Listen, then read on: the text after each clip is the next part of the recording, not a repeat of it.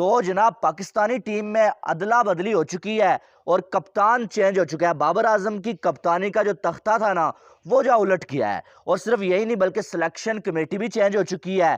और साथ में जो है वो आप देखें कि डायरेक्टर जो है मोहम्मद हफीज़ को बनाया गया है।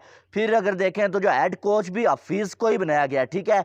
और साथ में जो है वो सिलेक्टर जो है चीफ सिलेक्टर वहाब रियाज को बना दिया गया है। बाबर आजम की कप्तानी तो चली गई है, लेकिन क्या बाबर आजम की T20 में जो जगह बनती है, क्या वो भी जो बाबर आजम के हाथ से जाने वाली है? क्या आने वाले दिनों में या फ्यूचर में आपको बाबर आजम T20 में खेलते हुए नजर नहीं आएंगे? इसके हवाले से बात करेंगे। एक जो टीम बाबर आजम के पीछे पड़ चुकी है कि बाबर आजम को अब कप्तानी के बाद जो है वो पाकिस्तानी T20 टीम जो है ना, उससे भी बाहर किया जाए, ठीक है। अब अगर देखा जाए तो ये तो आपको आज सारे बता रहे हैं कि भाई साहब शाहीन अफरीदी कप्तान बना, शाहीन अफरीदी ने जो साजिशें की हैं, शाहिद अफरीदी ने कप्तान बनाया। लेकिन आप मुझे डेली देखते हैं ना अगर, तो आज से 2-3 मंथ पहले जब मैं आपसे कह रहा था, एशिया कप जब शुरू होने वाला था ना, मैं आपसे कह रहा था कि ये शाहीन अफरीदी कप्तान बनने के चक्कर में है और ये एशिया कप और वर्ल्ड कप में जो पाकिस्तान के लिए कुछ खास करेगा नहीं, ठीक है। और आप देख लें, जो बंदा कप्तान बनना चाह रहा है भाई, वो कैसे अच्छा परफॉर्म करके उस कप्तान की कप्तानी में टीम को चैंपियन बना सकता है, जिस कप्तान को वो हटाना चाहता है और उसकी जगह लेना चाहता है, ठीक है। अब शाहीन अफरीदी जब एशिया कप में टीम गई है ना खेलने के लिए, तब बाबर आजम से ये कहा पीसीबी ने कि शाहीन अफरीदी को वाइस कप्तान बना लो और शादाब खान को जो टीम से बाहर कर देते हैं, तो शाहीन अफरीदी तुम्हें बाद में रिप्लेस कर लेगा। बाबर आजम को ये चीज़ मालूम थी यार, कहीं शाहीन अफरीदी वाइस कप्तान बन गया तो मेरी जगह कप्तानी ये करने लगेगा, यानी कि मेरी जगह ले लेगा कप्तान, एज अ कप्तान, ठीक है। बाबर आजम ने बोला कि मैं शादाब को ही वाइस कप्तान रखूंगा और अगर शादाब को नहीं रखना तो मुझे किसी वाइस कप्तान की ज़रूरत नहीं है। जब ज़रूरत पड़ी तो हम जो इवेंट के दरमियान में ही किसी को वाइस कप्तान बना लेंगे, ठीक है। तब अगर बाबर आजम शाहीन को वाइस कप्तान बना लेता, शायद शाहीन वर्ल्ड कप में भी और एशिया कप में भी परफॉर्म करता है। शाहीन को ये लगा यार बाबर आजम तो चाहता ही नहीं है वाइस कप्तान बनूं या कप्तान बनूं, तो शाहीन साहब की परफॉर्मेंस पूरे वर्ल्ड कप और पूरे एशिया कप में आपके सामने है। 145 की स्पीड से बॉल करने वाला बंदा जब 125 पे आ जाए ना, फिर आपको समझ जाना चाहिए कि यार कोई गड़बड़ हो रही है, ठीक है। ये इंजरी जो बहाना था सारा का सारा, बात इतनी सारी है। अब अगर देखा जाए ना, तो आप देखें बाबर आजम को आपने कप्तानी से हटा दिया कि उसकी अपनी परफॉर्मेंस भी नहीं है, कप्तानी तो वो अच्छी कर ही नहीं रहा, हमें मालूम है, ठीक है। लेकिन शाहीन अफरीदी की वर्ल्ड कप में कौन सी परफॉर्मेंस है? मुझे कोई बंदा बता दे तो मैं मान जाऊंगा। क्या किया उसने? उसका काम था कि स्टार्ट के ओवर्स में पावर प्ले में विकेटें लेना। वो जो 2-3 विकेटें नहीं ले सका, 3 विकेटें उसने ली हैं, जिनमें से 2 जो आप बांग्लादेश के खिलाफ है। तो पावर प्ले में उसने विकेटें नहीं ली है। 300 स्कोर खाने के बाद उसने जो 3-3 4-4 विकेटें ली हैं, उनका कोई मकसद नहीं था, ठीक है। तो शाहीन अफरीदी को आपने कप्तान बना दिया T20 का और टेस्ट का कप्तान शान मसूद को बना दिया। शान मसूद की पाकिस्तान की जानब से खेलते हुए टेस्ट में कोई परफॉर्मेंस नहीं है। 28 की जिस बंदे की एवरेज है उसकी तो टीम में जगह नहीं बनती है, आपने उसको जो कप्तान बना दिया।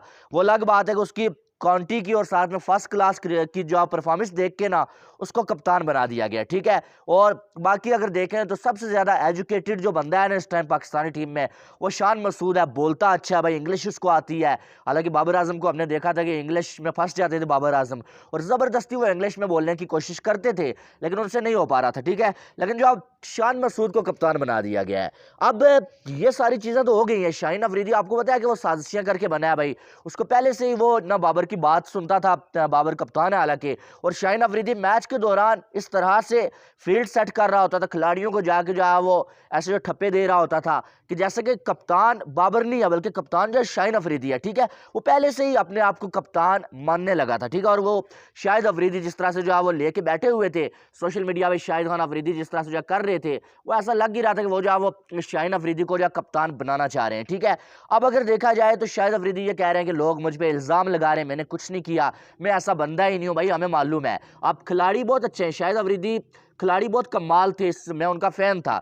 लेकिन शाहिद अफरीदी ऐसे बंदे हैं या नहीं? आप यूनुस खान की कप्तानी का जो मामला हुआ था ना, ये शाहिद अफरीदी उन्हीं साजिश करने वाले लोगों में मौजूद थे। कुरान उठा के इन्होंने बोला था कि भाई हम जो है यूनुस खान की कप्तानी में नहीं खेलेंगे। हालांकि यूनुस खान वर्ल्ड कप जीतने वाला कप्तान, तो ये वही शाहिद अफरीदी है, साजिशें करना इनका काम है और ये करते हैं। और पिछले अरसे में जब शाहीन को कप्तानी दी जा रही थी, शाहीन ने इनकार किया था, लेकिन शाहिद अफरीदी ने बोला था कि इससे एक जो मौका मिल रहा था इसने इनकार क्यों किया।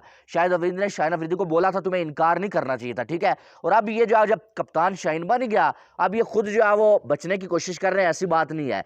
और शाहीन अफरीदी आप देखें कि कैसे जो मामलात बदल जाते हैं। ये वही शाहीन अफरीदी है जो बाबर की कप्तानी की बातें हो रही थी, ये क्या है, इन्होंने एक ट्रेंड चलाया था कि सोचना भी मना है। अब सोचना भी मना है से सोच कैसे लिया आपने कप्तानी के बारे में? आप कह रहे थे हमारा कप्तान बाबर आजम है, तो ये हो गया वो हो गया, फिर आपने सोच कैसे लिया? बात यह है, बात वही है कि जब जो है लालच पड़ती है भाई साहब, तो तब जो है वो सारी दोस्ती यारियां साइड पे हो जाती हैं, ठीक है। अब दूसरी बात यह है कि अब एक ग्रुप ऐसा भी है जो ये बात चला रहा है कि बाबर आजम को टी20 की टीम से बाहर किया जाएगा, ठीक है। तो यार बाबर आजम की जो इंटेंट होती है ना टी20 में, मैं इस बात को मानता हूं कि बाबर आजम को एज आ ओपनर नहीं खेलना चाहिए, ठीक है।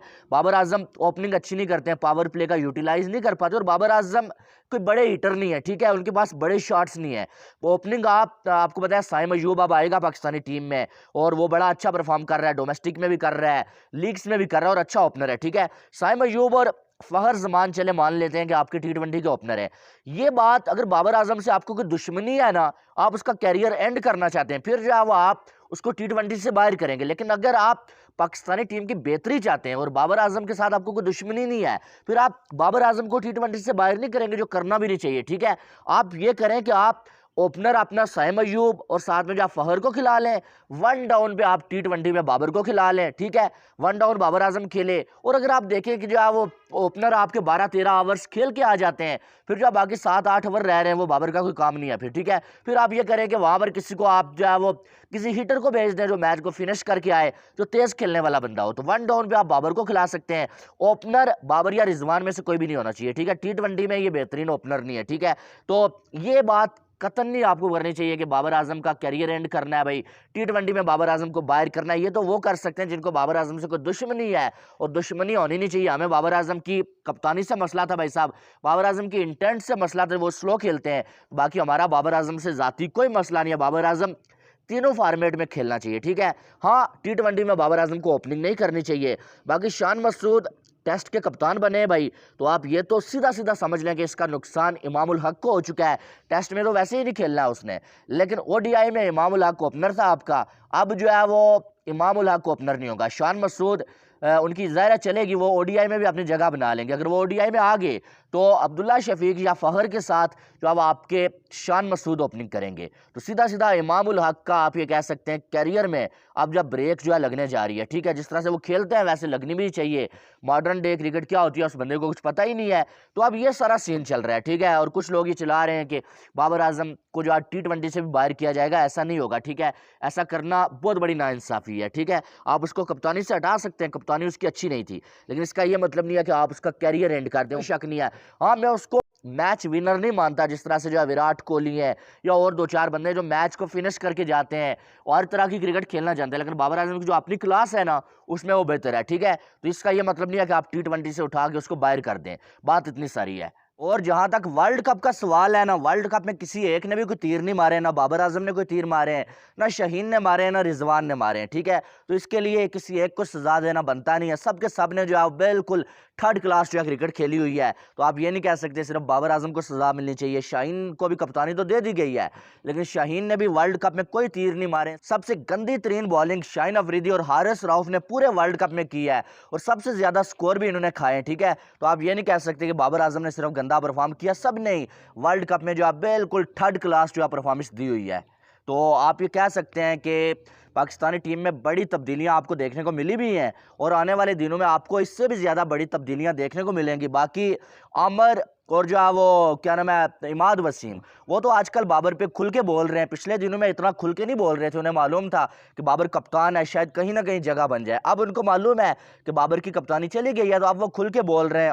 आमर और इमाद वसीम ये तक कह दिया उन्होंने कि बाबर की जो टी20 टीम है उसमें बाबर की जगह ही नहीं बनती है, ठीक है। तो वो तो अब खुल के बोल रहे हैं, वो फपे कुटनी वाला काम कर रहे हैं, लड़ाइयाँ झगड़े करवाने वाला काम।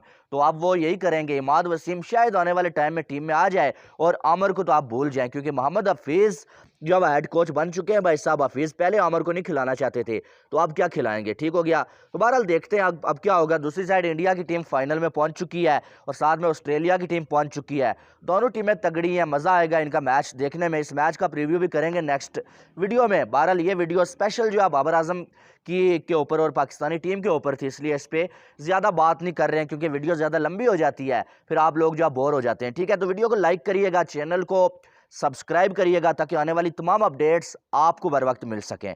मिलते हैं नेक्स्ट वीडियो में, अपना बहुत सारा ख्याल रखिएगा। लव यू ऑल, अल्लाह हाफिज़।